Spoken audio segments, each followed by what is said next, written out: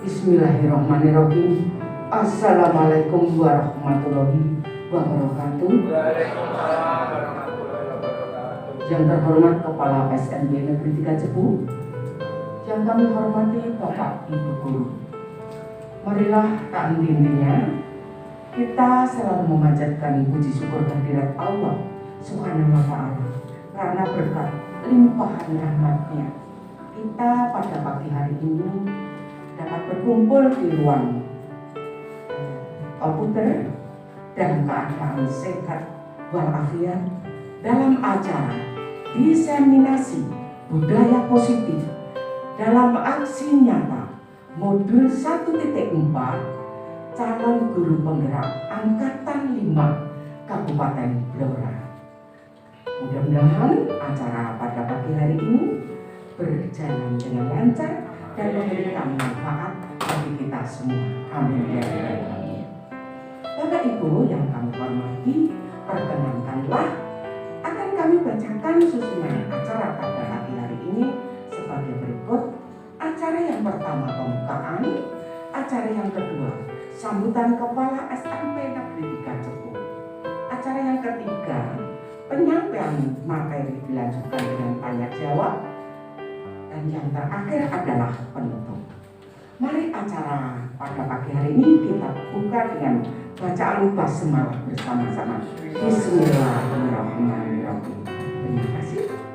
Acara selanjutnya adalah sambutan dari Kepala SMP Negeri 3 Cepu yang terhormat Ibu Dr. Anda Sri Pertiwi MPD, dipersilahkan. Izin untuk membuka masker di Bapak Ibu. Bismillahirrahmanirrahim.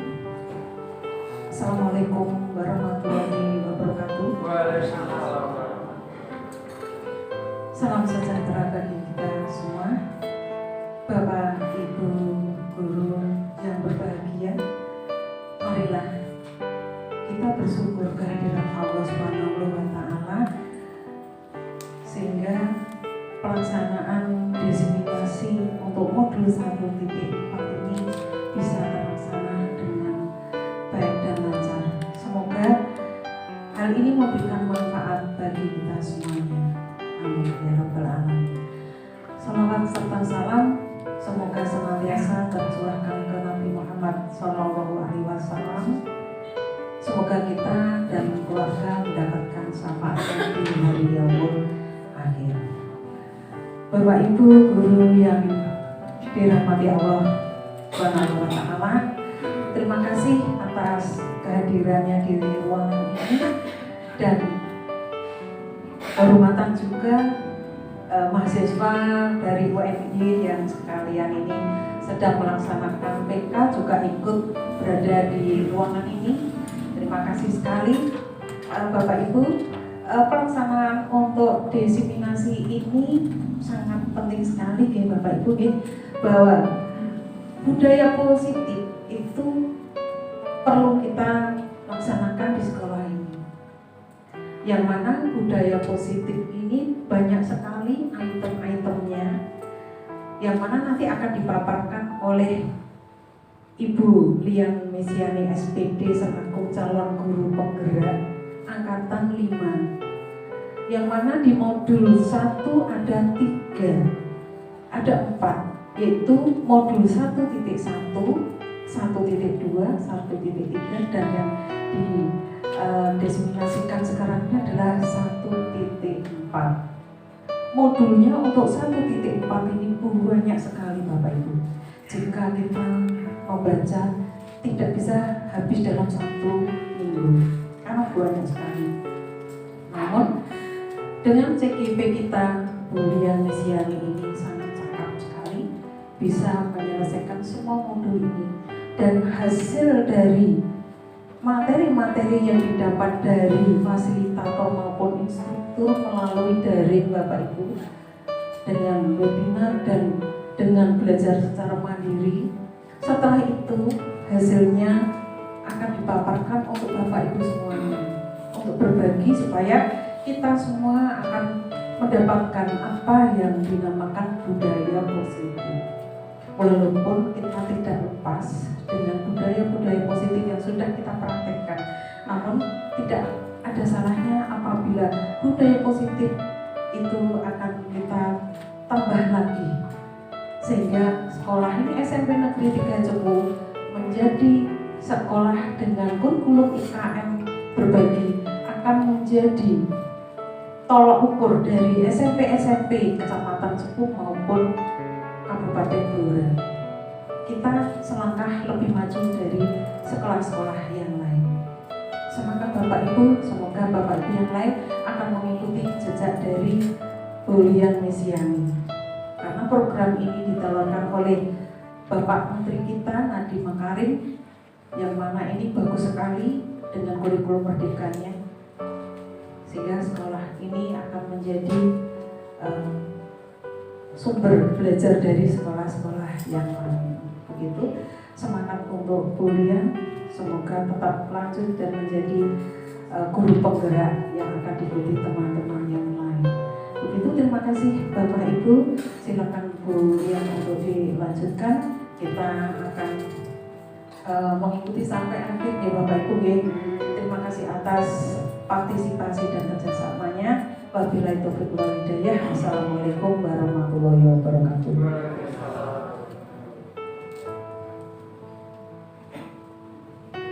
Terima kasih kepada Ibu Dr. Adas Tertinggi MPD. Bapak Ibu yang kami hormati, kita lanjutkan yaitu penyampaian materi tentang diseminasi budaya positif dalam aksi nyata modul 1 sampai 4 calon guru penggerak angkatan 5 Kabupaten Blora. Yang terhormat Ibu Lian Mesiani SPD dipersilakan.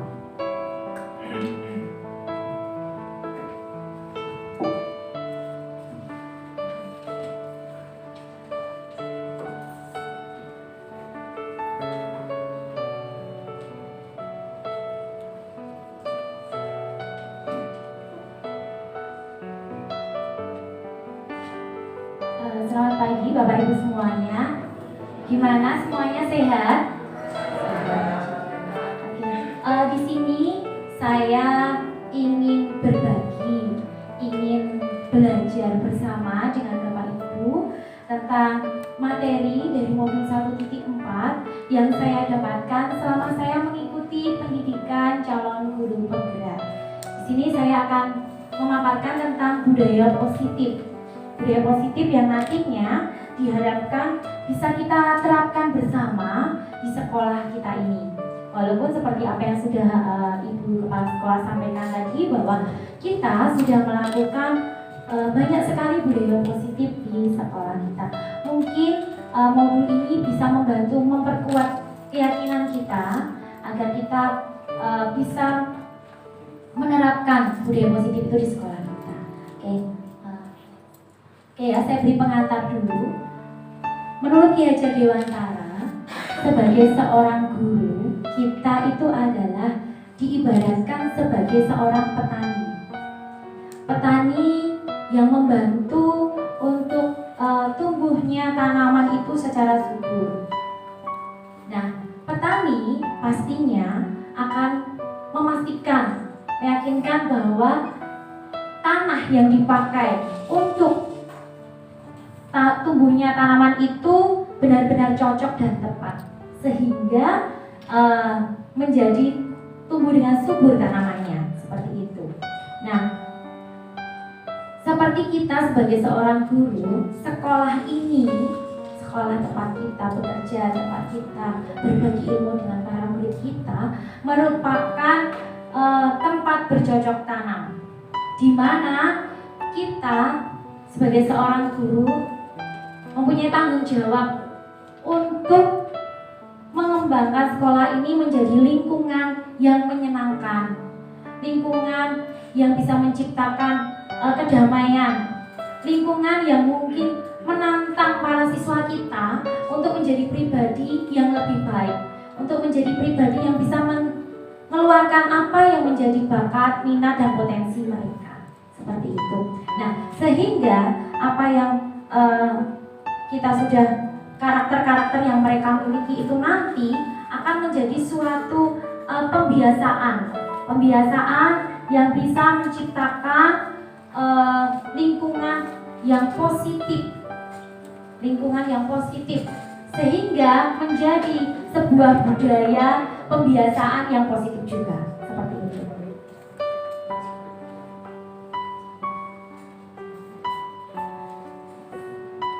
Nah, materi atau topik yang akan kita bahas pada pagi hari ini ada 6, yaitu tentang disiplin positif dan nilai kebajikan universal. Kemudian ada teori motivasi, hukuman dan penghargaan dan restitusi. Kemudian keyakinan kelas, kebutuhan dasar manusia dan dunia berkualitas, posisi kontrol dan segitiga restitusi. Ini diharapkan dapat menjadi budaya positif di lingkungan sekolah kita. Yang pertama, disiplin positif dan nilai-nilai kebajikan universal. Nah, paradigma yang ini kemarin dulu kita sudah pernah laksanakan ya. Masih ingat Bapak Ibu guru saat Ibu Kepala Sekolah meminta panjenengan untuk meletakkan sesuatu di tangan panjenengan? Masih ingat ya? Kemudian Ibu Kepala Sekolah meminta panjenengan untuk membuka atau memberikan atau memberitahu apa yang ada di genggaman tangan panjenengan itu. Beberapa dari kita mengungkapkan diberitahukan, namun ada yang tetap memegang itu meskipun diancam seperti apapun ya, dipaksa seperti apapun, dibujuk seperti apapun, tetap tidak mau memberitahukan. Itu contoh. Nah, sama dengan kita ketika melakukan itu pada murid-murid kita. Selama ini banyak sekali miskonsepsi tentang makna kontrol. Bahwa kita menganggap seperti halnya yang menggenggam tangan itu tadi adalah murid-murid kita. Kita yang meminta kepada mereka, bukakan, boleh nggak saya tahu? Itu seperti ilusi guru yang mengontrol murid. Seakan-akan kita boleh untuk mengetahui, padahal sebenarnya murid kita yang mengizinkan kita untuk dikontrol. Seperti itu sebenarnya. Begitu juga dengan ilusi bahwa kritik dan membuat orang merasa bersalah itu dapat menguatkan karakter. Mungkin kita pernah membuat murid kita merasa, oh kamu apa nggak kasihan sama ibu atau bapak kalau kamu melakukan kesalahan seperti itu. Dengan seperti itu membuat murid kita merasa bersalah dan kita berpikir bahwa itu akan memperbaiki dia. Seperti itu yang biasa terjadi. Kemudian adalah bahwa semua penguatan positif adalah efektif dan bermanfaat. Jadi misalnya kita mengatakan hal-hal positif tapi kita memaksa mereka untuk melakukan hal itu. Kita menganggap bahwa itu nanti akan berdampak, mereka pasti akan berubah seperti itu. Padahal kenyataannya sebenarnya tidak seperti itu. Dan selanjutnya bahwa satu hal, kita sebagai orang dewasa itu merasa bahwa kita punya hak untuk memaksa mereka dalam tanda kutip memenuhi kontrol kita. Jadi kalau bisa kita membuat mereka mau menuruti apa yang kita katakan dengan harapan suasana yang tercipta di lingkungan kita itu aman, tentram, damai, tidak ada anak yang melakukan pelanggaran seperti itu. Namun Bapak Ibu, coba kita lihat perubahan paradigma dari stimulus respon ke teori kontrol yang disampaikan oleh William tadi, bahwa siapakah sebenarnya yang memiliki kontrol atas diri kita. Nah, coba yang stimulus respon, mungkin pandangan lama kita mencoba mengubah orang lain agar bisa punya pandangan yang sama dengan kita. Kadang kita seperti itu, sama murid kita seperti itu. Tapi seharusnya kita mengubah cara pandang kita. Kita yang harusnya memahami orang lain bahwa tiap orang itu punya pikiran yang berbeda. anak punya keunikan mereka sendiri-sendiri yang memang mereka bawa dari lahir, yang namanya kodrat alam. Tugas kita itu menebalkan karakter mereka itu. Kodrat alam itu ada yang baik, ada yang buruk. Tapi kalau bisa, yang baik ditebalkan, yang kurang baik ditipisin. Mungkin pernah mereka lakukan. Tapi bagaimana supaya menjadi lebih baik merekanya, agar yang baik itu muncul. Setiap anak memandang berbeda dunia ini. Mungkin menurut mereka hal itu baik dalam sisi yang lainnya. Tapi menurut kita itu salah. Ada kita juga merasa bahwa apa yang dilakukan oleh siswa itu suatu kesalahan. Perilaku elek, melanggar peraturan, itu mesti salah seperti itu. Kadang kita seperti itu. Padahal semua perilaku itu pasti punya tujuan, punya maksud. Kenapa kita melakukan itu? Kenapa siswa melakukan itu? Kemudian orang lain bisa mengontrol saya, orang lain bisa mempengaruhi saya. Tapi sebenarnya tidak, hanya kita yang bisa mengontrol diri kita. Kemudian pemaksaan ada pada saat bujukan gagal. Pernah nggak kita saat merayu murid-murid kita dengan baik-baik, ya toh? Kemudian karena tidak berhasil dirayu, tidak bisa sesuai dengan apa yang kita inginkan, kemudian kita sedikit memaksa dengan tanda kutip ancaman, mungkin seperti itu. Pernah nggak kita melakukan itu Bapak Ibu Guru? Nah, saya juga pernah melakukan itu. Sama. Di sini ada tawaran yang namanya kolaborasi dan konsensus yang akan menciptakan pilihan-pilihan baru. Mereka akan diberi pilihan, seharusnya seperti apa. Bukan kita yang memaksa mereka, seperti itu. Kemudian model berpikirnya menang atau kalah, tetapi kita coba berpindah ke model berpikir menang-menang. Ini contohnya dari William Glasser. Ini nanti bahwa kita tidak bisa mengontrol orang lain. Yang bisa mengontrol itu diri kita sendiri. Yang mempunyai tujuan nantinya akan menjadi atau bermakna positif. Bermakna positif untuk melaksanakan kedisiplinan. Disiplinan dalam diri kita. Karena tadi apa? Semua perilaku itu mempunyai tujuan dan semuanya punya motivasi. Tinggal motivasi kita mau dari luar atau dari dalam. Kalau motivasi dari luar berarti ya mungkin aku biar dapat hadiah, aku biar dipuji, seperti itu. Tapi kalau motivasinya dari dalam, aku benar-benar pengen berubah jadi pribadi yang lebih baik, seperti itu akan membuat dia belajar untuk bisa mengontrol dirinya, sehingga dia bisa menggali potensi apa yang ada di dalam diri tersebut. Oke. Nanti yang lainnya akan saya lanjutkan next.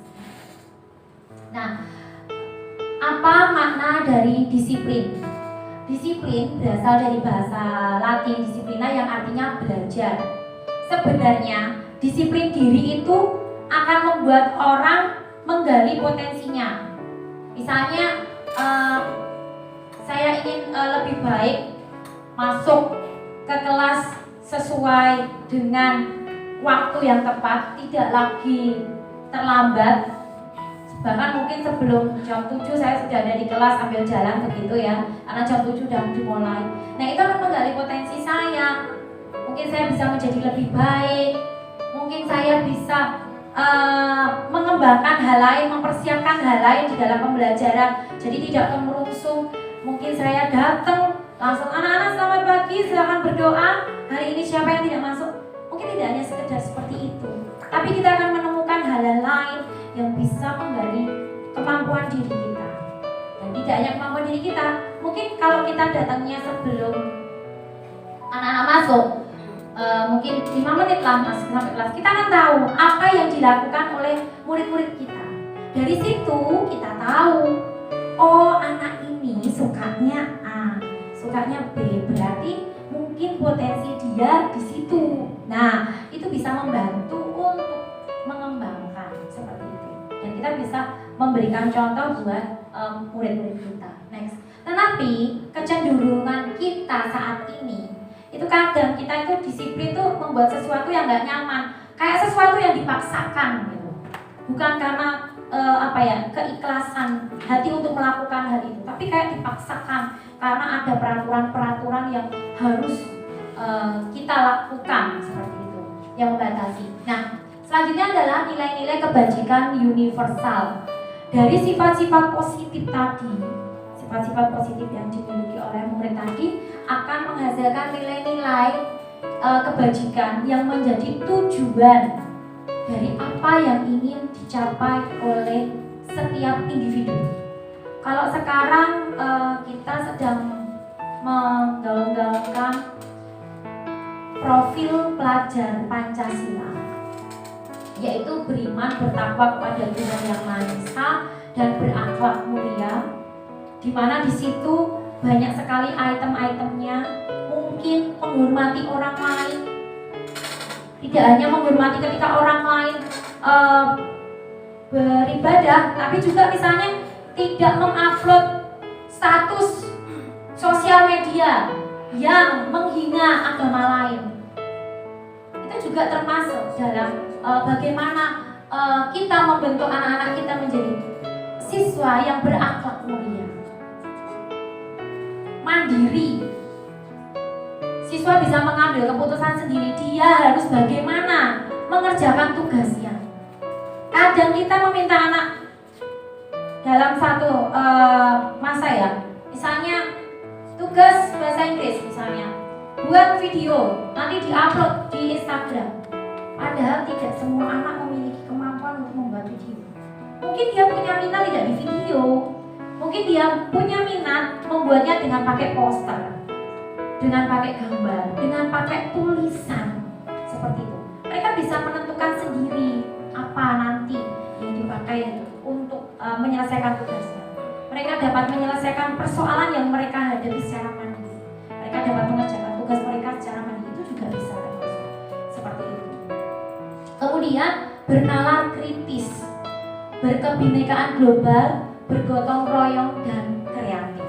Itu profil pelajar Pancasila yang diharapkan dapat dibangun di dalam sekolah kita dengan motivasi yang seharusnya itu motivasinya intrinsik dari dalam diri anak tersebut, bukan ekstrinsik atau eksternal dari luar. Kalau di luar berarti kita yang mempengaruhi mereka.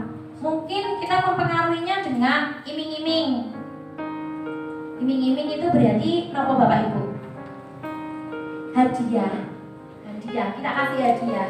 Siapa yang bisa mengerjakan matematika misalnya 10 soal ini betul semua, tak kasih uang 50.000 hadiah. Motivasinya seperti itu, anak-anak mau. Atau mungkin kita memotivasi anak-anak dengan amang-amang. Bapak Ibu tahu amang-amang itu apa?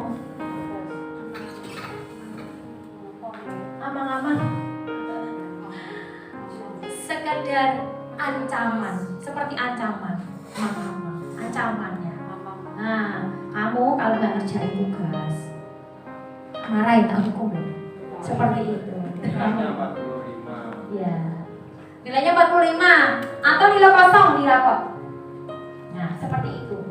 Itu motivasi yang membuat anak mungkin tidak bisa mendisiplinkan diri mereka, tidak bisa mereka jadi menggali potensi mereka karena mereka udah takut sama amang-amang kita tadi seperti itu.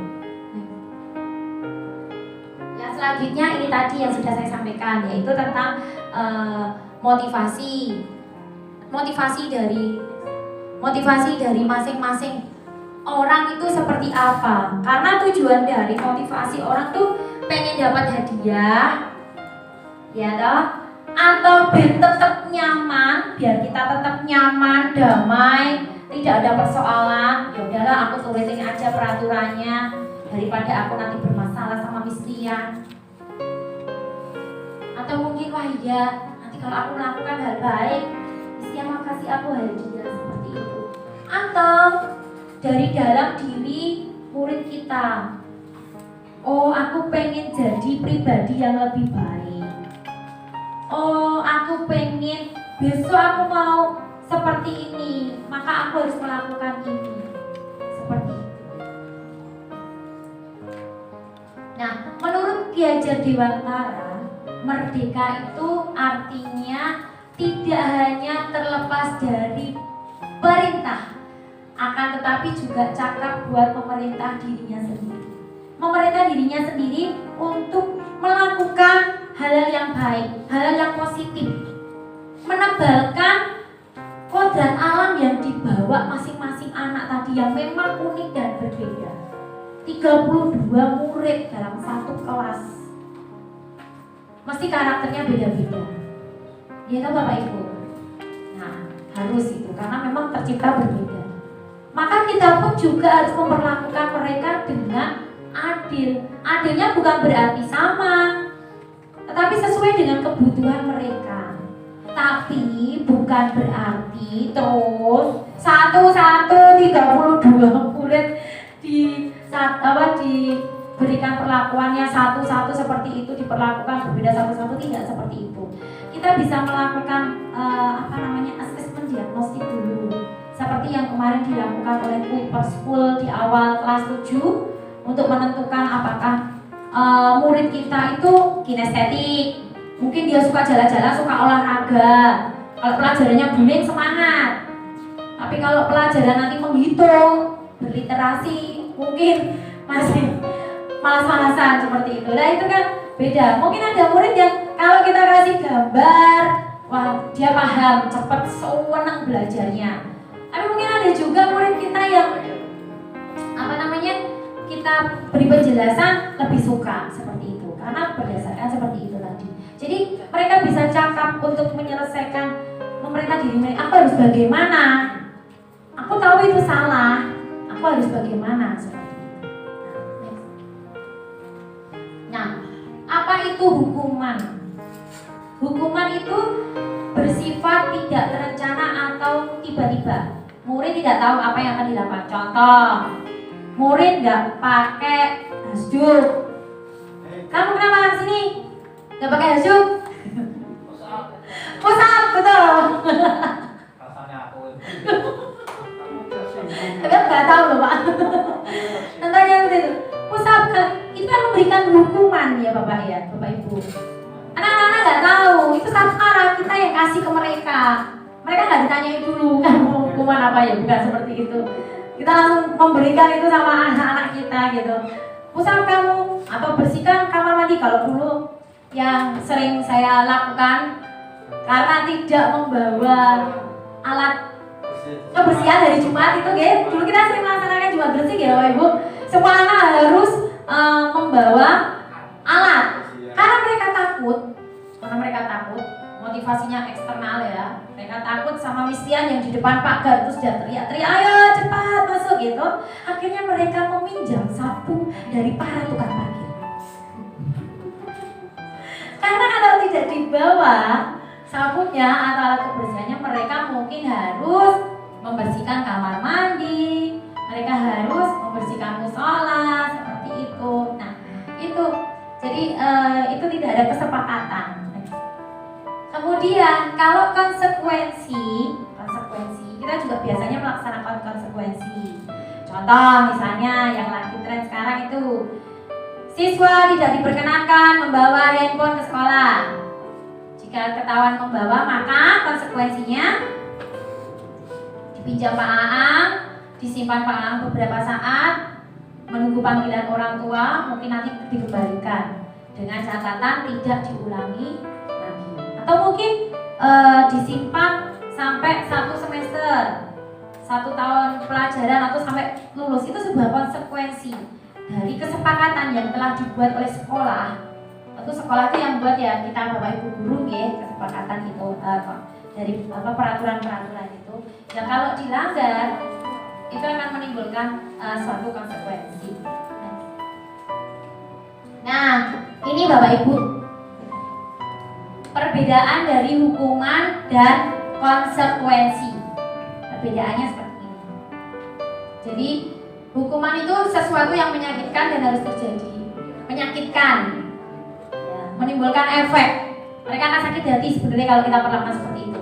Hei, sini, wes wakit mungkin. Disentak seperti itu, apa? Tidak apa-apa. Jadi mereka sudah disentak seperti itu, sudah merasa sakit hati. Nah, itu contohnya. Dan anak mungkin akan membenci arti kedisiplinan.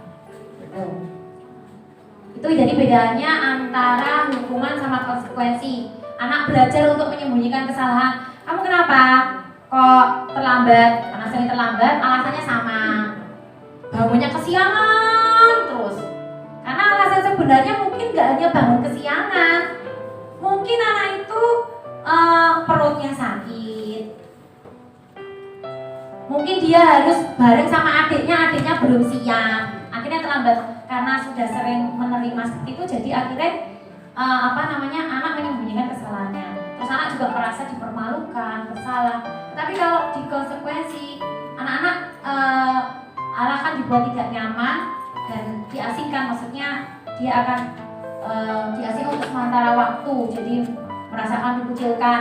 Tapi itu sementara waktu. Mungkin teman-temannya akan, bawa HP itu kan dari angel kayak seperti itu. Itu contohnya. Next. Nah, ini Bapak Ibu. Setiap kita tentu punya motivasi, tentu punya pandangan bahwa penghargaan itu penting. Kemarin sudah kita bahas ya, kemarin dulu bersama Bu Pertiwi itu sudah kita bahas. Penghargaan itu penting. Dengan penghargaan kita bisa memotivasi anak. Kemarin saya dapat pertanyaan juga. Ini, memangnya gak oleh toh mengkei penghargaan anak itu? Boleh, siapa sih bilang kita nggak boleh kasih penghargaan?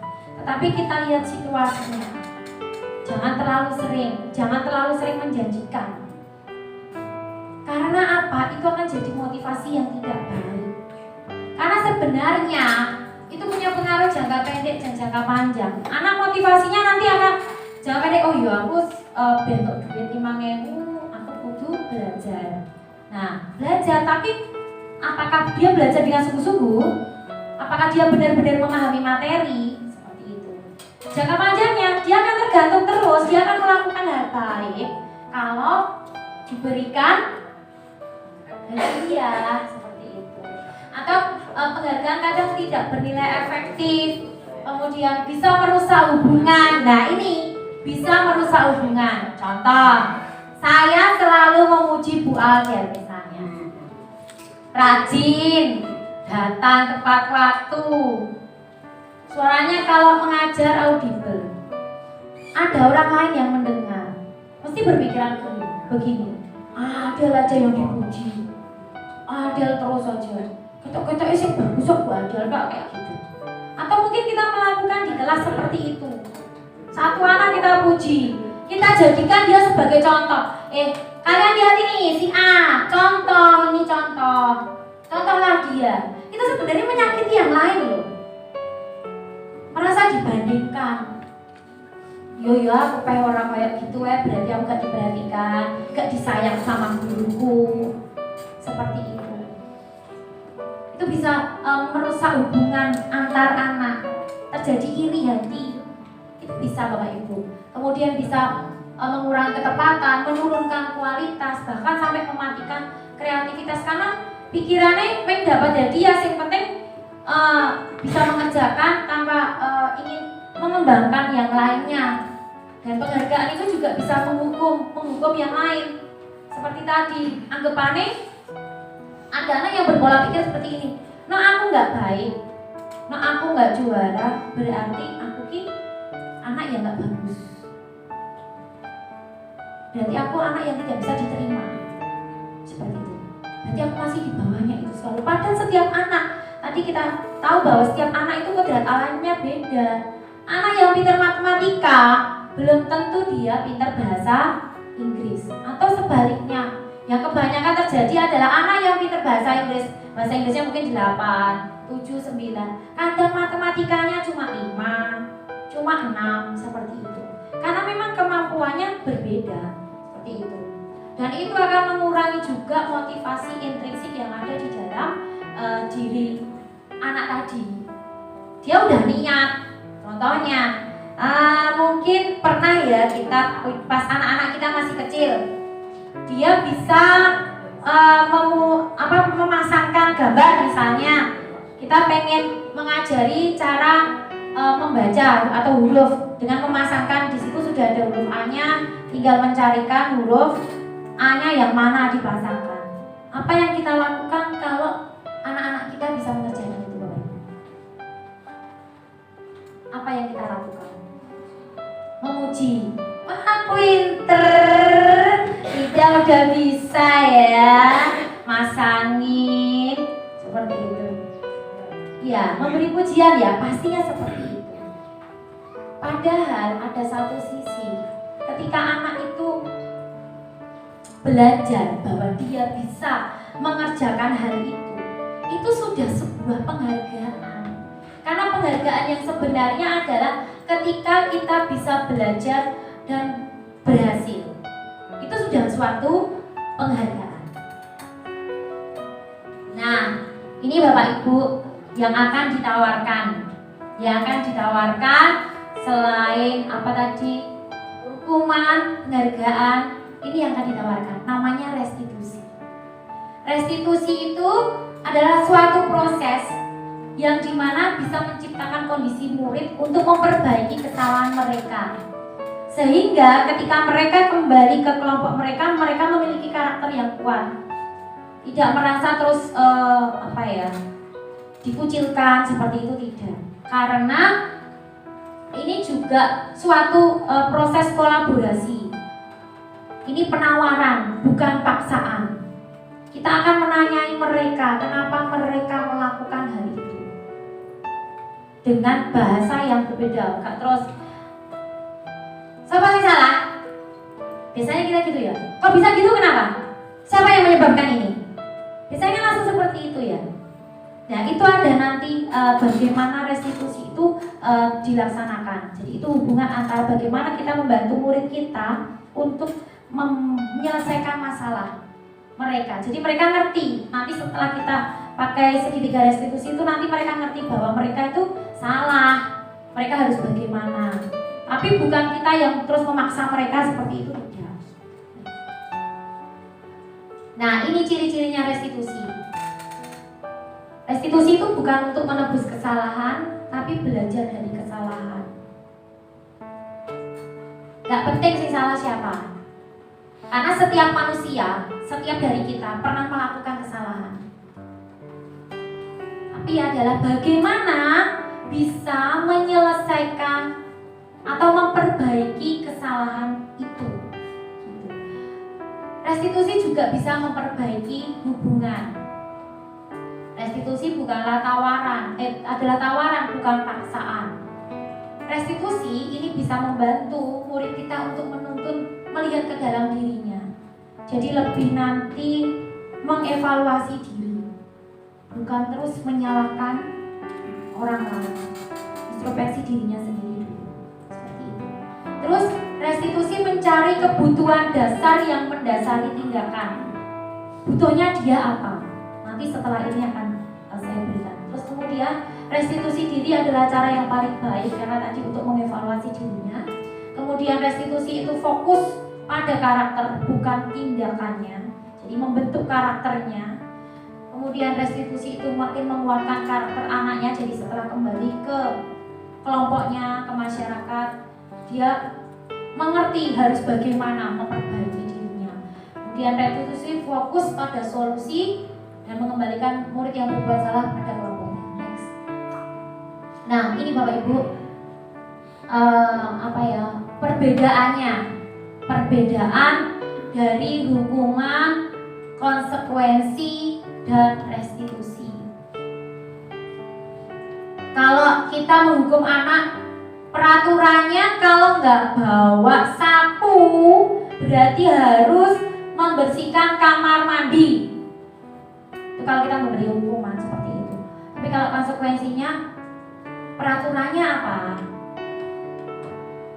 Kalau nggak bawa sapu misalnya, berarti saya harus membersihkan suatu tempat. Nah, bisa nggak kamu bersihin suatu tempat itu? Bisa. Pilih tempatnya mana? Halaman depan kelas misalnya. Oh ya, terima kasih. Seperti itu konsekuensinya. Tapi kalau restitusi, apa yang kamu yakini? Apa keyakinan sekolah kita? Sekolah kita punya keyakinan apa? Kalau tidak membawa sapu, otomatis menurut Bapak Ibu dia menghargai orang lain nggak ya? Atau dia mempunyai apa, dia peduli pada orang lain tidak? Menurut Bapak Ibu bagaimana? Atau mungkin yang menjadi keyakinan kita kalau lingkungan sekolah kita bersih itu seperti apa? Sehat, nyaman, seperti itu, bersih, indah. Berarti kan kita ingin suasana seperti itu, suasana yang indah, suasana yang bersih, yang nyaman, seperti itu. Kita bisa menanyai mereka, apa yang bisa kamu lakukan untuk menyelesaikan masalah itu. Tadi nggak bawa alat ya, mungkin dia bisa kasih solusi. Saya nggak bawa alat, mungkin lain kali saya bisa bawa alat. Sekarang mungkin saya ingin melakukan sesuatu, tapi dia sendiri, bukan kita yang ngomong. Kita yang ngomong mereka seperti itu. Next. Nah, ini keyakinan kelas atau keyakinan sekolah. Nah, Bapak Ibu tahu ya, kalau kita mengendarai sepeda motor, nah, mengendarai sepeda motor, kita harus menggunakan helm. Kenapa? Aman, jaga-jaga. Halo, kepala tetap aman. Peraturan dan keamanan. Yang lain mungkin tidak ditilang polisi. Tidak ditilang polisi, biar aman, menghindari masalah, betul, aman. Ya itu tadi, keamanan. Ben selamat gitu ya Pak Bambang ya, paling tidak kepalanya selamat.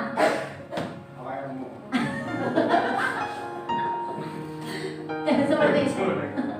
Atau kenapa ada peraturan 3M? Kita harus menggunakan masker, mencuci tangan, menjaga jarak. Supaya apa? Aman. Aman dari mana? Dari penyakit. Sehat. Kemudian yang lain? Bersih. Apa Pak? Menjaga ya. Mengikuti tren. Boleh. Kenapa kita seperti itu? Bisa juga untuk keamanan, untuk kesehatan gitu. Pada saat kemarin pandemi, kalau sekarang mulai berkurang, saya ini tidak pakai masker ketika ngomong. Kemudian selain itu juga untuk menghargai orang lain, seperti itu, untuk menghargai orang lain. Jadi mungkin kita lagi sakit, kalau kita pakai masker, mungkin kan orang lain biar tidak tertular. Itu contohnya, Bapak Ibu. Jadi motivasi yang dimiliki orang, internal intrinsik tadi, untuk kembali kepada nilai-nilai atau keyakinan bahwa supaya aku mau menghargai orang lain, aku peduli sama orang lain, aku pengen selamat, aku pengen sehat, aku pengen suasananya aman, nyaman, tentram, seperti itu. Itu akan menggerakkan seseorang untuk memiliki motivasi biar bisa disiplin. Nah, niat ingsun lebih baik. Nah, dan itu akan dibandingkan mereka hanya sekedar mengikuti peraturan, ben gak ditilang, biar tidak berurusan dengan polisi, seperti itu. Ya, betul seperti itu. Oke, next. Ya. Nah, kita biasanya membuat peraturan-peraturan di kelas atau sekolah kita. Saya minta tolong, mungkin Pak Wono, tolong satu peraturan di sekolah kita, Pak. Yang contoh peraturan di sekolah kita. pakai seragam sekolah sesuai dengan harinya, pakai seragam sekolah. Pak Bambang, kelas Pak, peraturan di kelas Pak. Peraturan di kelas Pak.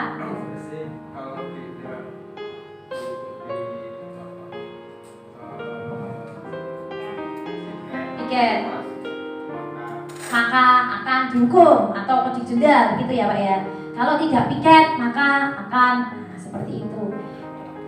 Bu Wiwi, peraturan sekolah Bu Wiwi. 1 Bu Wiwi. Datang tepat waktu.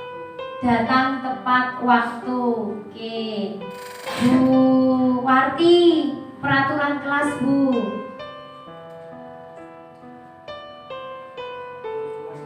Tidak boleh membawa HP. Tidak boleh membawa HP ke kelas, misalnya seperti itu. Itu contoh dari peraturan-peraturan yang dibuat. Tapi bagaimana dengan keyakinan kelas? Keyakinan kelas itu sifatnya abstrak. Jadi misalnya, dan keyakinan kelas itu pernyataannya positif, universal, tidak terlalu banyak, mudah diingat, diterapkan, dan semuanya itu ikut berkontribusi membuat keyakinan kelas atau keyakinan sekolah. Jadi nggak hanya kita gurunya aja, tapi murid diizinkan untuk berkontribusi. Contoh, misalnya tidak membuang sampah sembarangan. Tidak membuang sampah sembarangan. Kita bisa ganti kata-katanya. Kira-kira diganti bagaimana biar kata-kata tidak itu hilang dan bermakna positif. Nah, buanglah sampah pada tempatnya. Itu contohnya. Memilah sampah anorganik dan organik, seperti itu.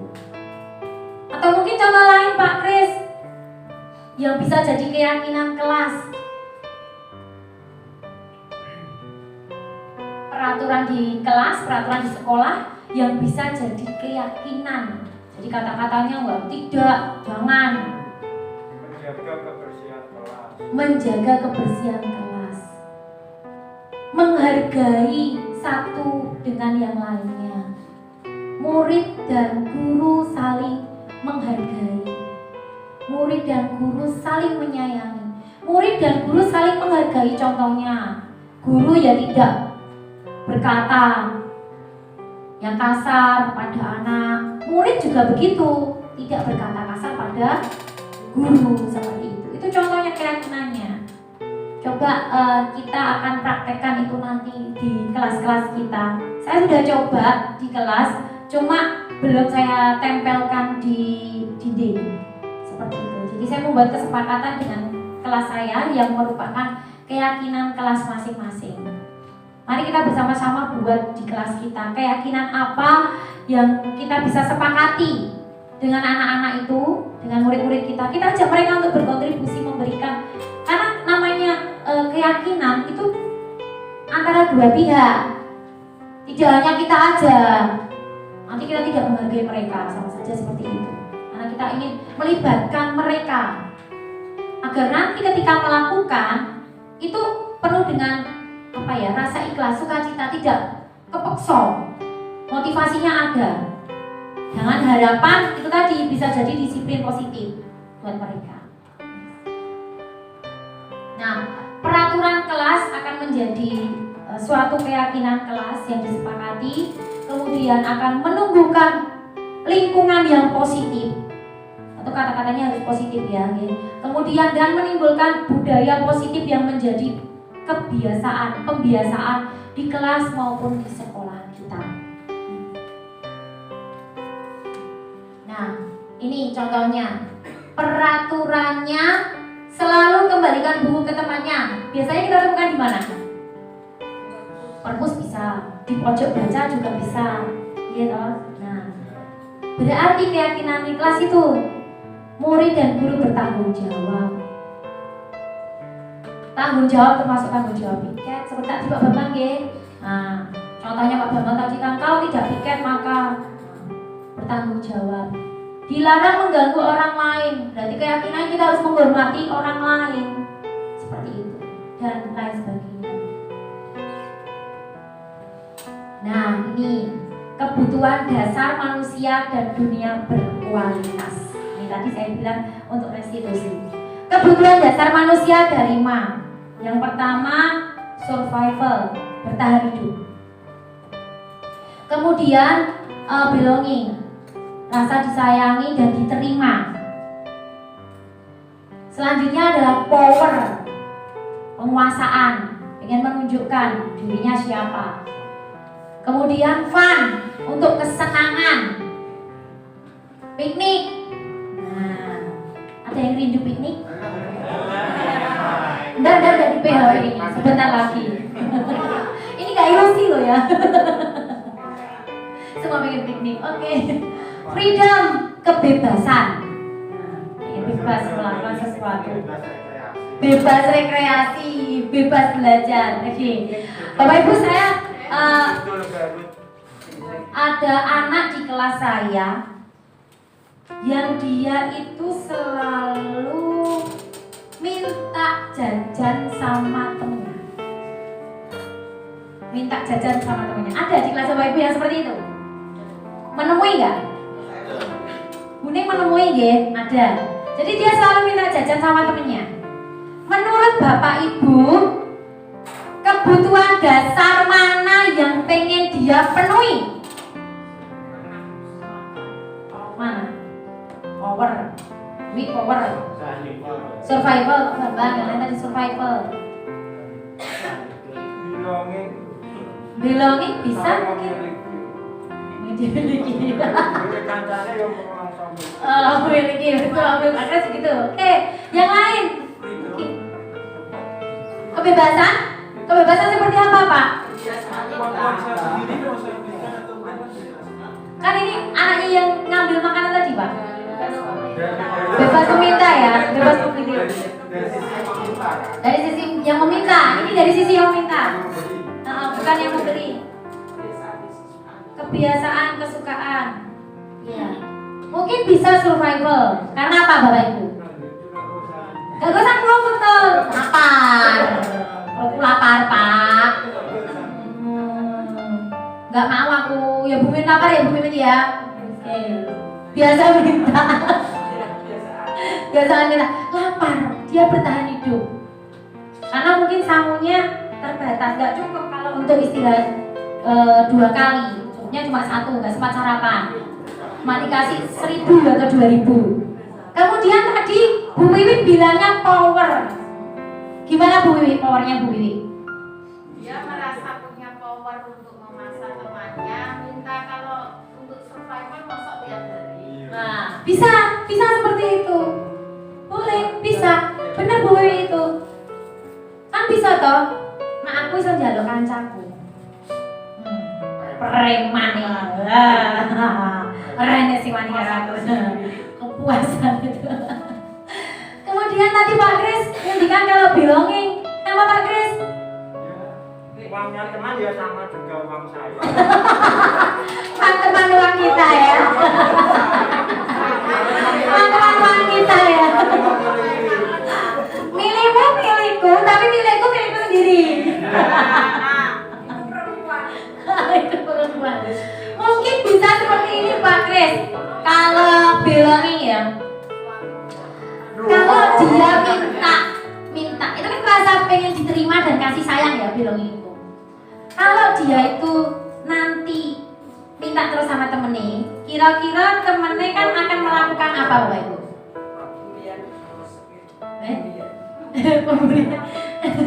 Kira-kira kalau misalnya ada murid kita yang dimintai terus, dipala terus, apa yang dilakukan oleh murid kita yang dipala?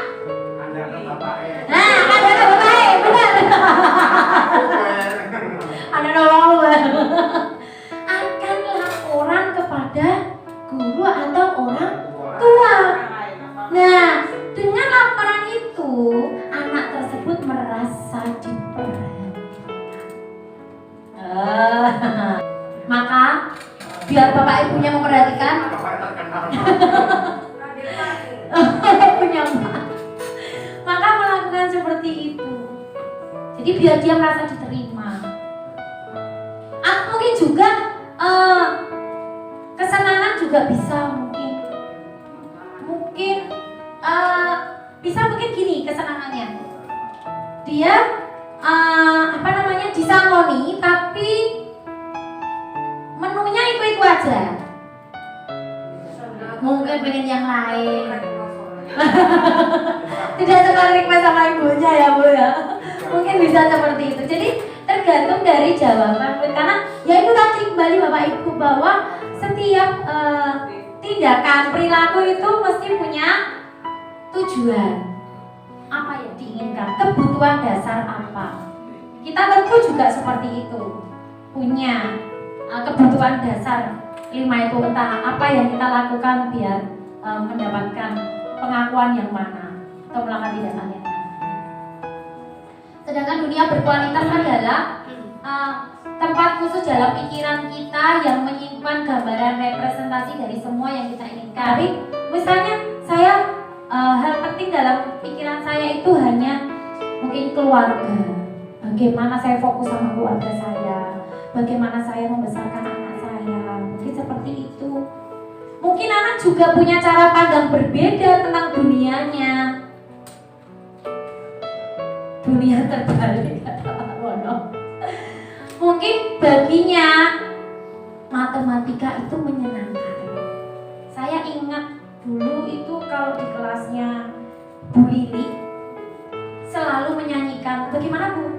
Matematika mudah-mudah asik ya. Itu jadi pikirannya di situ, dia memang suka matematika, jadi pikirannya hanya dunianya tuh matematika yang mudah-mudah asik gitu. Makanya terus dia berpikir bahwa membentuk matematika menjadi menyenangkan untuk mengembangkan dirinya, untuk meningkatkan potensinya, bisa seperti itu. Next. Nah ini kelima, posisi kontrol. Nah, posisi kontrol. Ada 5 posisi kontrol. Yang pertama, posisi kontrol guru terhadap murid, nggih. Yang pertama itu penghukum. Yang kedua, pembuat orang merasa bersalah. Yang ketiga, teman. Yang keempat, pemantau. Dan yang kelima itu manajer. Bu Yana, selama ini posisi kontrol panjenengan sama murid yang mana? Penghukum, pembuat orang merasa bersalah, teman, pemantau, atau manajer? Yang sering panjenengan lakukan yang mana Bu? Pak Jumangkir teman. Pemantau, teman. Oke, teman. Saya termasuk orang yang dulu sering menghukum. Penghukum. Bapak Ibu tahu, saya termasuk orang yang termasuk penghukum. Dengan suara saya yang keras, menghardik ya, membentak-bentak gitu. Sini. Saya seperti itu. Itu contohnya. Di situ ada guru berbuat seperti apa. Misalnya kalau menghukum berarti menghardik, menunjuk-nunjuk, menyakiti, menyindir-nyindir. Seperti itu. Kalau kamu nggak melakukan itu, awas ya kamu nanti. Ya. Tuh. Kemudian hasilnya anak itu akan memberontak dan berbohong serta menyalahkan orang lain. Bahkan mungkin playing victim.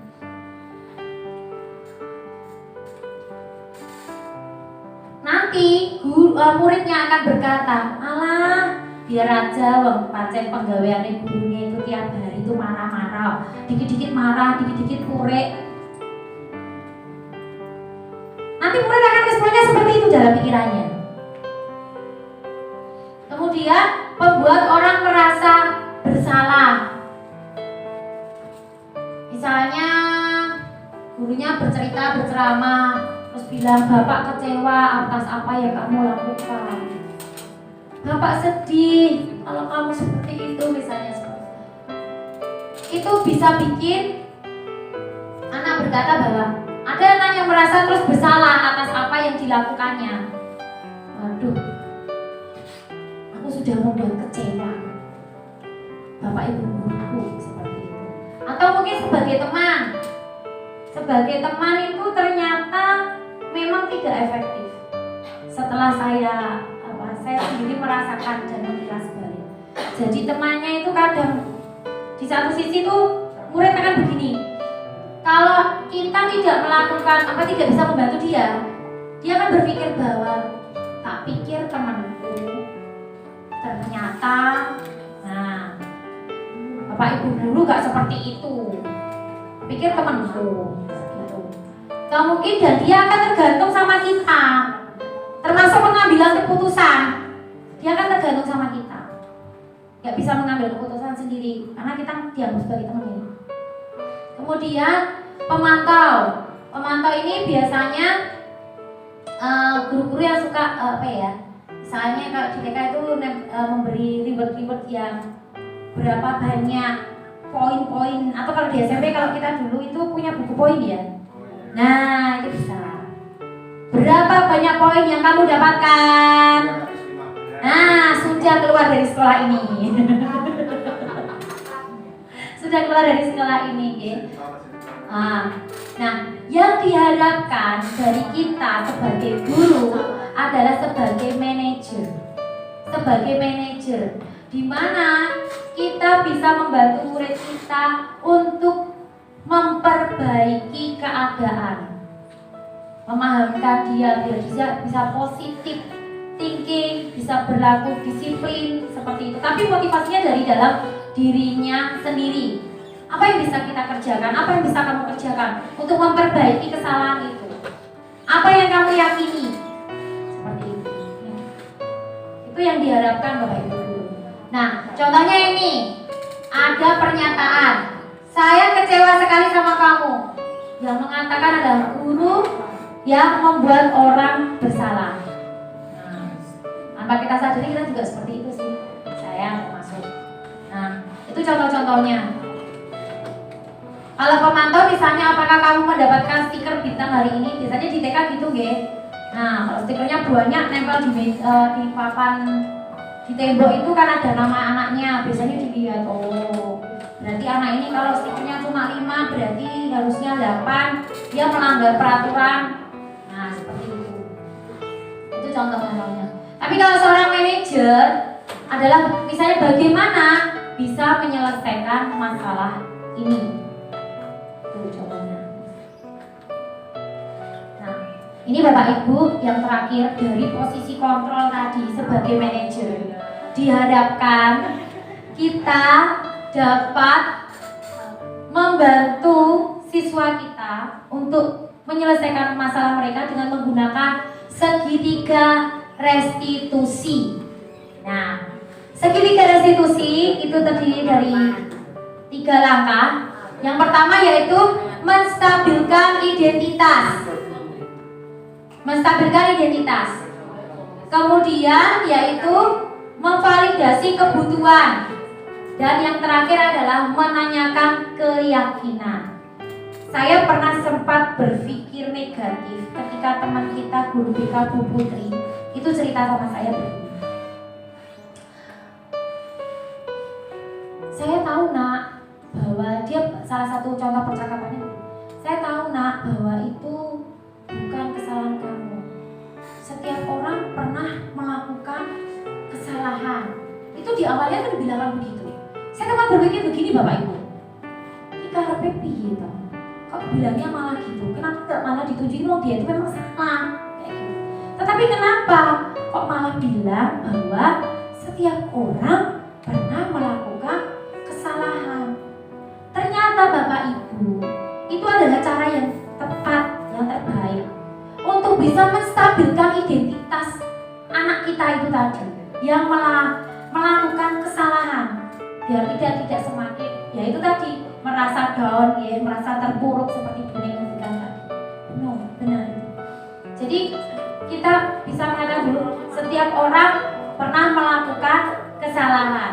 Kamu bukan satu-satunya orang yang pernah melakukan kesalahan, karena kita juga pernah melakukan kesalahan. Tetapi validasi kebutuhannya kita tanyakan sama mereka.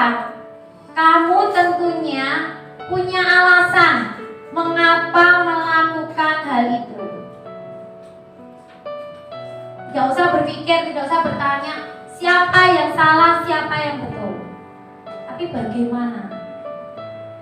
Kenapa melakukan hal itu? Bagaimana menyelesaikannya? Adakah cara yang lebih efektif, yang lebih baik untuk memenuhi kebutuhanmu itu? Kemudian yang terakhir adalah menanyakan keyakinan. Karena setelah dia cerita sama kita nanti face to face ya, kita bisa menanyai sama mereka, keyakinan apa yang kamu sudah bisa rasakan? Apa keyakinannya? Apa yang harus kamu lakukan? Apa yang kita sepakati? Mungkin kita bisa mulai mempraktekkan ini di dalam kelas-kelas kita. Jadi tidak selamanya itu tugasnya Pak Aang, tugasnya Pak Eko, tugasnya Bu Putri. Itu tanggung jawab kita bersama. Biar anak itu juga merasa nyaman seperti itu. Kalaupun mereka melakukan kesalahan, hal apa yang harus dapat dilakukan mereka yakini supaya mereka bisa memperbaiki. Intervensinya ada 30 nanti setelah ini ya. Ini tadi seperti yang sudah saya ceritakan bahwa untuk menstabilkan identitas itu jangan sampai kita membuat anak merasa gagal. Tadi ada ungkapan bahwa stimulus respon bahwa setiap kesalahan itu adalah setiap tindakan yang melanggar peraturan itu suatu kesalahan, suatu hal buruk. Kita coba hilangkan itu dulu. Kita cari tahu tujuan dari tindakan itu apa. Seperti itu. Kemudian validasi kebutuhannya itu mengenalkan atau membantu siswa supaya mereka mengenali sebenarnya kebutuhan apa yang mereka ingin penuhi. Seperti tadi salah satu murid saya yang selalu minta jajan tadi, apakah dia itu karena memang survival, memang power, atau memang belonging? Kebutuhannya yang mana yang harus dipenuhi supaya kita bisa membantu dia bisa memenuhi itu, membantu menyelesaikan itu. Kemudian menanyakan keyakinannya, nilainya apa? Oh berarti kalau saya meminta jajan teman saya terus menerus, berarti saya tidak menghargai teman saya. Berarti saya harus menghargai teman saya. Saya harus menghormati teman saya. Seperti itu. Itu contohnya. Nah ini yang terakhir, intervensi 30 detik yang mungkin bisa membantu murid kembali ke tujuan semula. Apakah kamu ingin berbuat lebih baik? Apakah saat ini kamu sedang menjadi orang yang sedang kamu inginkan? Atau mungkin apa tugas kamu saat ini dan lain sebagainya. Itu Bapak Ibu yang dapat saya sampaikan pada siang hari ini. Terima kasih, semoga ini bermanfaat buat kita semua. Dan saya berharap kita dapat mempraktekkan itu di dalam kelas kita masing-masing. Memang tidak mudah Bapak Ibu. Sebuah perubahan itu mesti ada pro kontra. Tetapi mari kita kembali ke keyakinan kita bahwa kita bekerja itu tujuannya apa? Apa yang kita inginkan? Seperti itu, kembali lagi ke motivasi internal yang ada di dalam diri kita. Bukan karena takut sama ibu kepala sekolah, bukan karena takut sama kadinas mungkin, atau mungkin kita merasa nggak enak dengan murid atau nggak enak sama teman dan lain sebagainya. Tapi mari kita bersama-sama belajar. Saya di sini juga belajar, benar-benar belajar, terbuka pemikiran saya dengan apa yang saya dapatkan di guru penggerak, ilmunya, materinya. Memang mungkin Bapak Ibu melihat bahwa terlihat saya capek, kayak tugasnya banyak sekali, ngerti nih Bapak Ibu nih. Nah, maka mungkin gak kok berulang gitu. Padahal saya tetap aja mengajar seperti biasa. Memang tugasnya itu sebenarnya kita diharapkan untuk belajar mandiri, seperti Bapak Ibu pernah mengikuti diklat-diklat yang diadakan oleh kementerian yang dilakukan secara daring. Itu Bapak Ibu juga belajar sendiri ya. Kemudian platform Merdeka Belajar, di situ kita juga belajar sendiri toh ya. Banyak ilmu yang kita dapatkan di situ. Terus kita disuruh membuat aksi nyata. Itu sebagai bentuk pemahaman kita. Sebenarnya kita mengerti tidak materi yang sudah kita pelajari itu.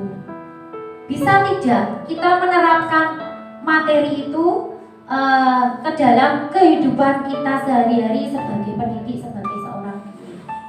Karena sebaik-baiknya manusia itu akan lebih baik kalau hidupnya bermanfaat bagi orang lain.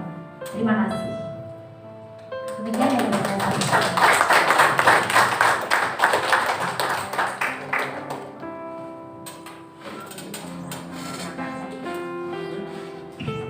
Terima kasih kepada Ibu Yani Siani. Bapak Ibu yang kami hormati, kita lanjutkan sesi tanya jawab nih. Ini tadi materinya luar biasa yang disampaikan oleh Ibu Yani. Bahkan ini kontradiksi dengan seperti saya ya mendapatkan ilmu ketika saya sekolah di SPG.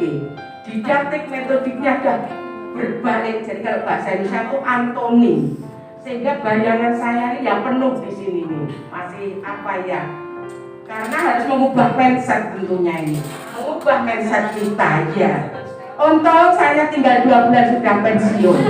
Nah ini, Masya Allah, ini tadi saya pikir apa yang harus kita lakukan untuk mengubah mindset kita untuk anak-anak kita sehingga menjadi murid-murid yang kita harapkan adalah murid-murid yang berkarakter ini loh, dengan cara yang baru, yang berbeda dengan apa yang kita lakukan sekarang ini.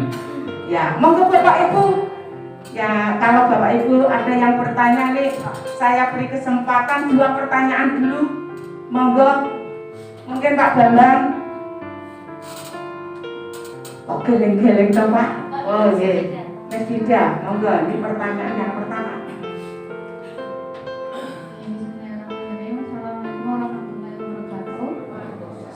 Nama saya Dida, saya ingin bertanya tentang soal apa solusinya atau bagaimana solusinya apabila ada anak didik kita yang tidak mengizinkan dirinya untuk dikontrol atau melakukan arahan yang kita berikan selama pembelajaran. Terima kasih. Ikut kita.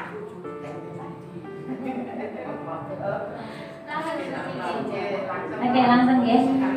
Tadi kan Pak Budi juga mau bertanya. Pak Budi dulu deh. Gak apa-apa Pak. Gak sampai Tidak pergi. Ngalahin dia, ngalahin. Ini luar biasa. Suaranya Ogema. Ya. Gak apa-apa. Terima kasih waktu yang diberikan. Ya, yang pertama mungkin saya juga termasuk seperti Bu Suci, belum bisa move on dari situasi yang ada. Yang disampaikan oleh Bu Suci yang ini. Yang pertama, mungkin ini kesimpulan saya yang perlu mungkin kalau salah bisa dibetulkan ya. Melihat dari materi yang diberikan itu, berarti kan kita seolah memberi pengalaman ya pada anak terhadap akibat yang ditimbulkan dari perbuatannya sendiri. Jadi supaya dia bisa motivasi dari dalam, berarti kan dia harus tahu dulu akibat perbuatannya itu sehingga dia bisa koreksi diri sendiri tanpa harus ada motivasi seperti itu dari luar maksud saya. Terus yang pertanyaan saya kedua, berarti apakah motivasi eksternal itu salah? Lalu apabila motivasi eksternal itu salah, bagaimana dengan ajaran agama saya yang memberikan motivasi itu dengan surga dan neraka? Yang artinya kalau kita berbuat salah itu nanti akan dihukum di neraka, kalau benar itu nanti akan dimasukkan di surga. Dan itu nanti kalau itu salah, yang itu dianggap motivasi yang salah karena harus ada promise and reward, istilahnya seperti itu. Nah, bagaimana pandangan Christian tentang pendapat saya ini? Itu terima kasih. Monggo, Christian. Oke, untuk Miss Vida tadi ya, bagaimana supaya kita minta supaya anak bisa menolak ya, tadi mengontrol ya. Memang kita tidak bisa mengontrol anak. Nah, ini yang harus kita terapkan adalah begini Bu, karena kita melaksanakan itu kan dalam pembelajaran. Ngoten nggih, dalam pembelajaran, misalnya dalam pembelajaran di kelas nggih Bu Vida nggih. Nah, inilah pentingnya pembelajaran berdiferensiasi itu seperti itu. Jadi kita tahu murid kita itu kebutuhannya apa, murid kita itu minatnya apa, murid kita itu karakteristiknya seperti apa. Normalnya Bapak Ibu, kita ngajarkan kelas, pasti kelas-kelas itu kan punya berbeda anak-anak nih. Dengan mungkin yang di kelas A karakteristiknya yang suka olahraga lebih banyak daripada anak yang suka musik. Atau di kelas B seperti yang lebih banyak suka yang membaca. Normalnya kita itu kalau buat RPP masing-masing kelas itu harusnya beda. Harusnya seperti itu. Tetapi itu kan hal yang riweh. Iya toh, riweh ya. Jadi kita bikin saja RPP yang universal. Seperti tadi Miss Vida tanyakan, gimana ya Miss supaya anak-anak tuh bisa mengikuti arahan kita. Kita itu pendidik, kita guru, kita itu among. Jadi tugas kita itu nuntun anak, bukan maksa anak. Kita among nuntun seperti petani. Kita bisa nggak kira-kira kalau kita misalnya banyak bapak ibu yang suka tanam-tanam. Kalau saya nggak suka bapak ibu, terus terang nggak bisa. Tapi saya tahu bapak ibu banyak suka bunga, tanam-tanam bunga di rumah. Apakah kita bisa mengontrol? Di situ bunganya mati, tumbuhnya cuma 1 kali, habis itu nggak hidup lagi. Atau di sekitar situ tumbuh tanaman liar. Apakah kita bisa mengontrol seperti itu? Kan nggak bisa. Jadi yang kita lakukan adalah menuntun mereka supaya mereka bertindak sesuai dengan keyakinan kelas yang sudah dibuat. Maka dari itu sebaiknya di setiap awal pembelajaran kita bikin keyakinan kelas.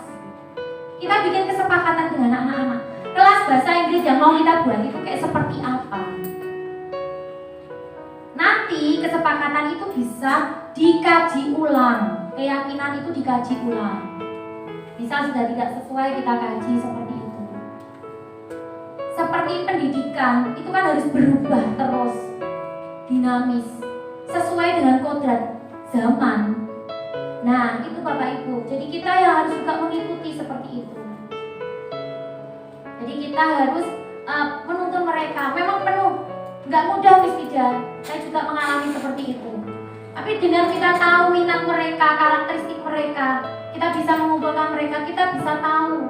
Oh murid kita ini modelnya seperti ini, berarti model pembelajarannya nanti yang harus saya sampaikan seperti apa. Dan model pembelajaran yang dipakai adalah model pembelajaran berdiferensiasi yang bisa secara universal kita gunakan untuk murid-murid kita. Contoh kasih tugas seperti tadi. Kasih tugasnya kalau dia emang nggak suka bikin video, seharusnya kita juga nggak maksa dia bikin video. Kamu bisanya ngapain? Gambar. Ya sudah. Misalnya perkenalkan dirimu dengan menggambar. Mungkin dia bikin komik. Monggo silakan. Itu contoh. Jadi yang paling utama adalah kita mengenal karakteristik murid-murid kita. Kita belajar bersama-sama Bu Vida, karena saya juga di sini juga sedang benar-benar belajar merubah mindset saya. Bapak Ibu guru tentu tahu saya seperti apa. Saya di sini berusaha untuk benar-benar belajar satu persatu mengatasi anak model seperti itu harus bagaimana. Paling tidak kita buat kesepakatan dulu 10 menit ya, saya terangkan. Kita kesepakatannya bagaimana kalau kita mendengarkan guru misalnya. Oh ya Bu, dengerin dulu ya sudah 10 menit, ya kita taati 10 menit dulu. Nanti setelah itu kita pikir lagi, anak ini harus bagaimana. Memang kita jadi guru itu harus multitasking. Sebenarnya Bapak Ibu guru itu sudah melaksanakan pembelajaran berdiferensiasi. Karena saya yakin Bapak Ibu guru itu orang-orang yang kreatif, multitasking. Situasinya saat itu begitu, bagaimana kita ngatasi murid-murid kita saat itu yang bertingkah seperti itu. Nggih mboten? Nah, kita tuh orang panjenengan semua kita para pendidik itu orang-orang hebat.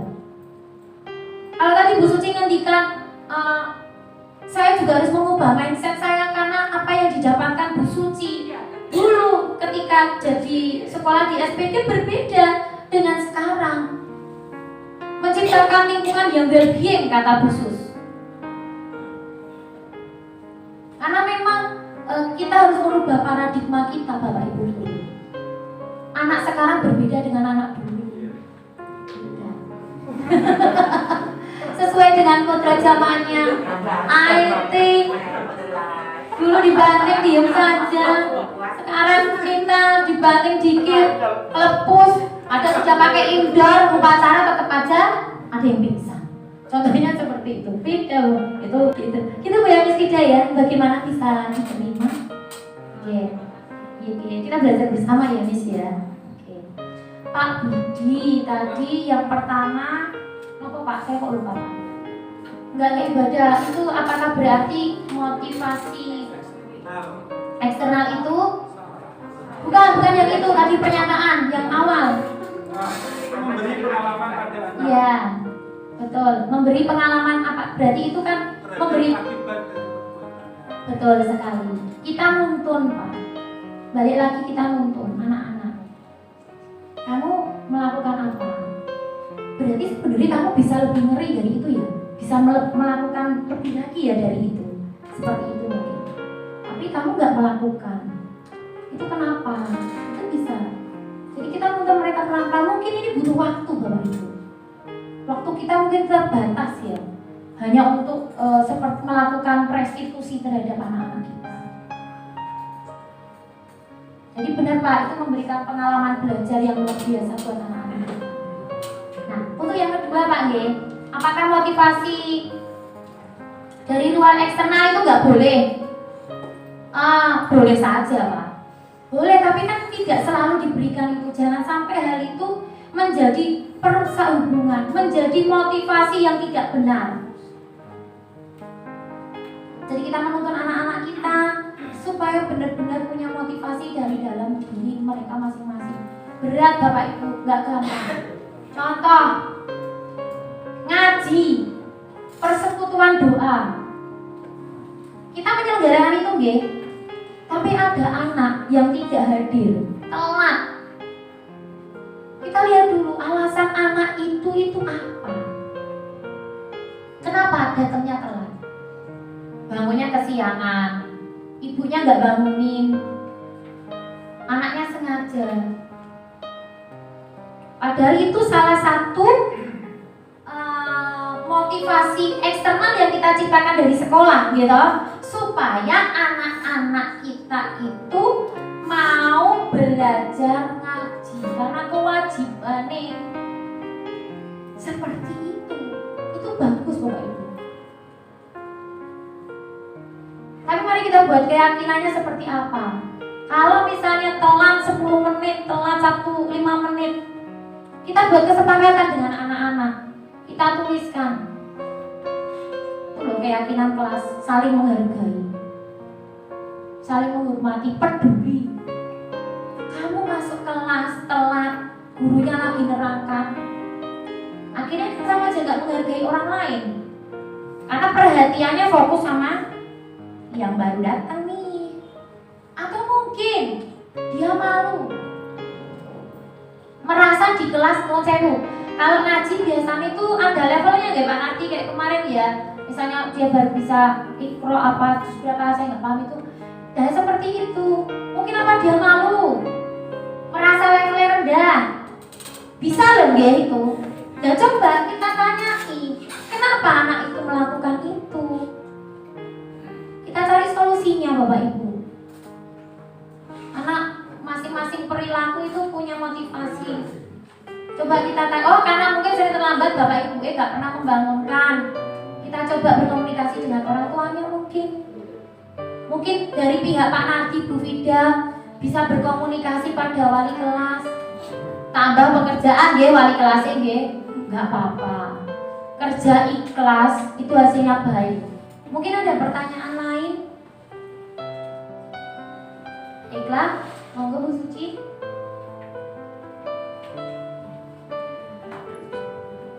Bagaimana Pak Budi? Jawabannya sudah bisa diterima? Terus gitu loh. Ya masalahnya Ya sementara bisa karena kita mau. nanti Ya masih belajar. Memang iya. Ini biar direkam saja. Sedikit cucu saya yang TK tuh gini Mbak. Kemarin tuh wadon ya, yang 01. Sedikit ya boleh itu sharing. gini. TUT aku tadi dihukum oleh ustazah, disuruh berdiri. Lalu dia bisa cerita, aku tidak suka dihukum berdiri. Mengapa ustazah kok tidak menasihati saya dulu? Nah, ini ustazah yang sekarang itu tegas daripada ustazah yang kemarin. Nah, ini contoh. Saya juga akhirnya dari ini tadi kok mikir, oh makanya cucu saya yang TK saja sudah berpikir menolak untuk dijudge dengan cara dipermalukan di depan teman-teman tadi. Iya, Masya Allah, nah ilmu yang luar biasa. Terima kasih kepada Miss Lian, kemudian Bapak Ibu Guru, yang terhormat Kepala Sekolah atas perhatiannya. Mudah-mudahan ilmu ini bermanfaat bagi kita. Kita tutup acara ini dengan bacaan hamdalah bersama-sama. Alhamdulillah.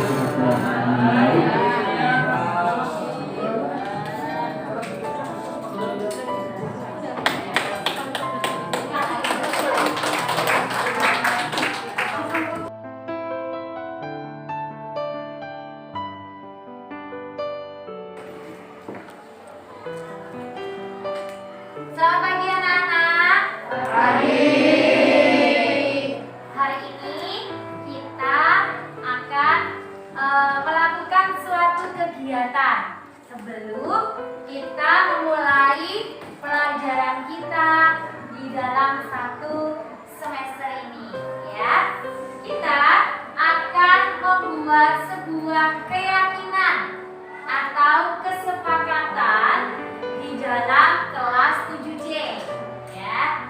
Jadi kamu inginnya kelas kamu suasananya seperti apa?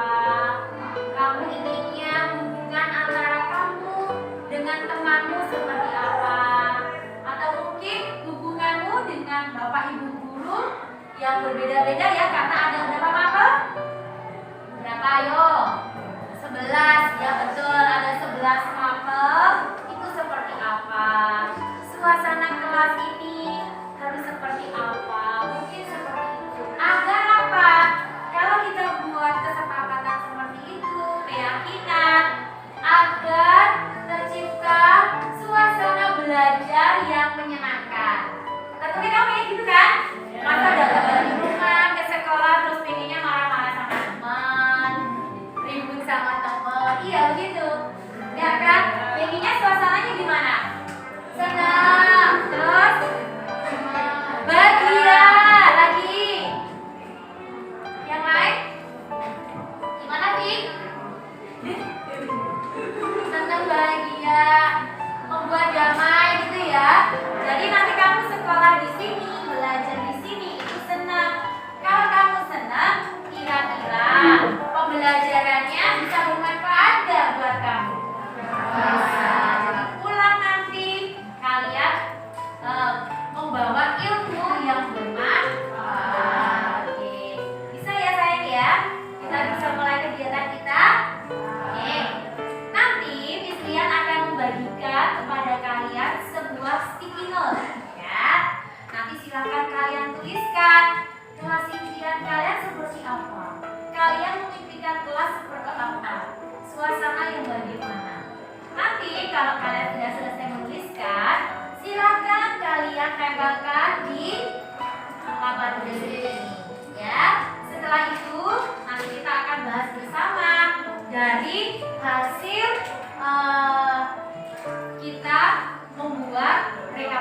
ya, membuat ringkasan ini tadi hasil kamu menuliskan impianmu seperti apa untuk kelas kita. Kemudian kita buat kesepakatan kelas, kita tuliskan dulu. Nanti saya foto ya.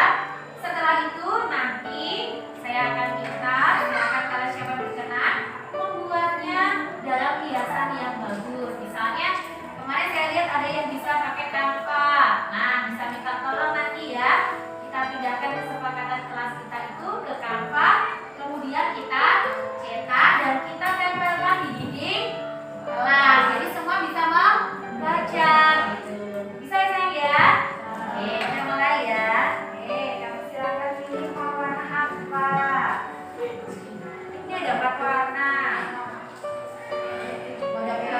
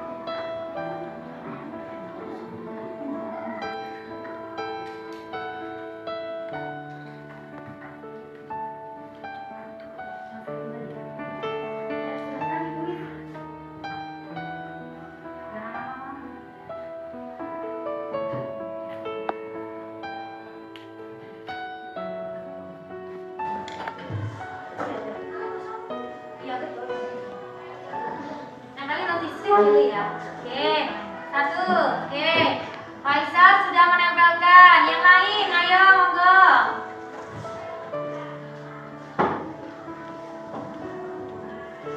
Seperti apa kelas yang kamu inginkan? Impianmu. Sudah, silakan Kak. Silakan diteruskan. Mas Gilang. Ya, Mas Gilang silakan diteruskan. Ya, oke.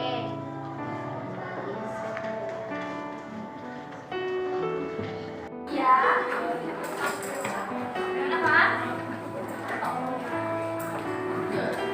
Ya, ditulis.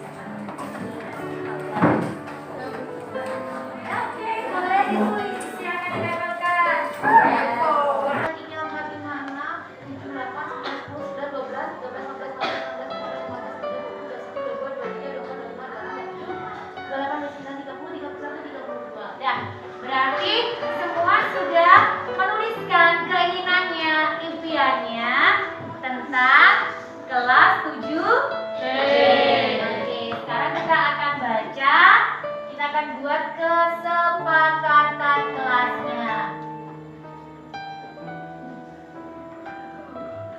Atau disebut juga dengan keyakinan kelas.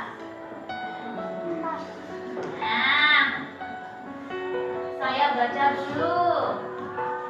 Saling menghargai bisa ya, saling menghargai bisa masuk itu melaksanakan piket sesuai jadwal dengan penuh tanggung jawab, dapat bekerja sama. Berarti apa itu kalau dapat bekerja sama? Nah, saling bergotong royong. Oke.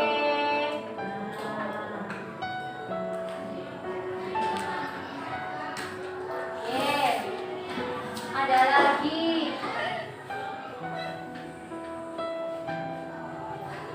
Oke, kelasnya indah, kemudian tidak terlambat masuk sekolah.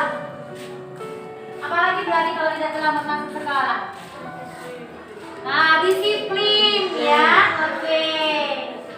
Disiplin ini juga sama dengan. Oke, nanti melaksanakan piket itu sama dengan disiplin juga ya. Berarti ini ya.